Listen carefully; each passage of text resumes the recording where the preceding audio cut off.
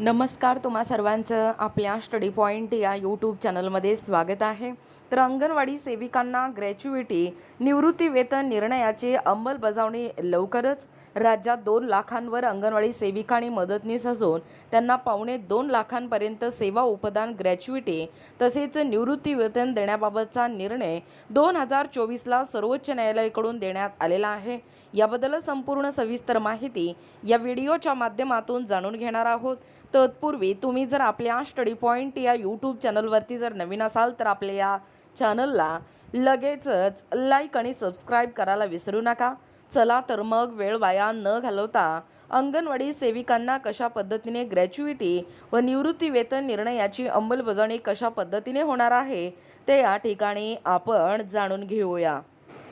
बघा, या ठिकाणी तुम्ही टायटल पाहू शकता। टायटल काय आहे बघा, अंगणवाडी सेविकांना ग्रॅच्युइटी निवृत्ती वेतन निर्णयाची अंमलबजावणी लवकरच। पहा संपूर्ण सविस्तर अपडेट। राज्यात आपल्या महाराष्ट्र राज्यात 2 लाखांवर अंगणवाडी सेविका आणि मदतनीस असून त्यांना 2.25 लाखांपर्यंत सेवा उपदान ज्याला आपण ग्रॅच्युइटी म्हणतो तसेच निवृत्ती वेतन देण्याबाबतचा निर्णय 2024ला सर्वोच्च न्यायालयाकडून देण्यात आलेला आहे। राज्य सरकारच्या पातळीवर त्याची अंमलबजावणी अद्याप झालेली नाही। मात्र सरकारी पातळीवर याबाबत विचारविनिमय सुरू असून या निर्णयाची अंमलबजावणी लवकरच होण्याची शक्यता आहे। बघा पुढे अपडेट काय सांगतोय।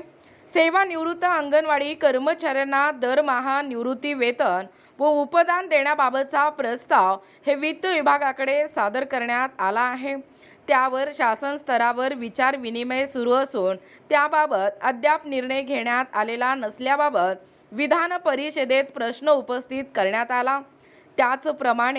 त्याचप्रमाणे अंगणवाडी सेविका व मदतनीस यांच्याकडून मुख्यमंत्री माझी लाडकी बहीण योजनेच्या अंमलबजावणीसाठी अतिरिक्त काम करून घेऊ नये मानधन न दिल्याबाबतच्या अंगणवाडी सेविकांच्या तक्रारी असल्याची बाब आमदार राजेश राठोड व सत्यजित तांबे यांनी तारांकित प्रश्नांद्वारे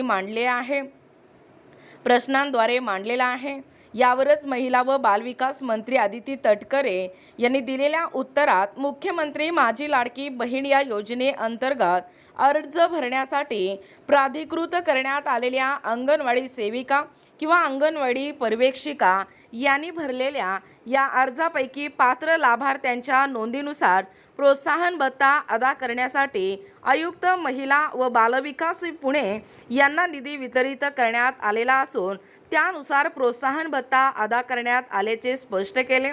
त्याचप्रमाणे अंगणवाडी कर्मचाऱ्यांना ग्रॅच्युइटी व निवृत्ती वेतन योजना लागू करण्याबाबतच्या प्रस्तावाला विचारविनिमय सुरू असल्याचे नमूद करताना अंगणवाडी सेविका व मदतनीसांना या मानधनाव्यतिरिक्त कामाच्या आधारावर प्रतिमाह अनुक्रमे 2,000 रुपये व 1,000 रुपये प्रोत्साहन भत्ता अदा करण्यात येत असून पोषण अभियानाअंतर्गत देखील अंगणवाडी सेविकास 500 रुपये प्रोत्साहन भत्ता देण्यात येत असल्याचे त्यांनी या ठिकाणी स्पष्ट केलेलं आहे। बघा, एकूणच अशा पद्धतीने राज्यात जवळजवळ 2 लाखांवर अंगणवाडी सेविका आणि मदतनीस आहेत। खरं तर त्यांना 2.25 लाखांपर्यंत सेवा उपदान ज्याला आपण ग्रॅच्युइटी म्हणतो तसेच निवृत्ती वेतन देण्याबाबतचा जो निर्णय आहे तो निर्णय 2024ला सर्वोच्च न्यायालयाकडून देण्यात आलेला आहे।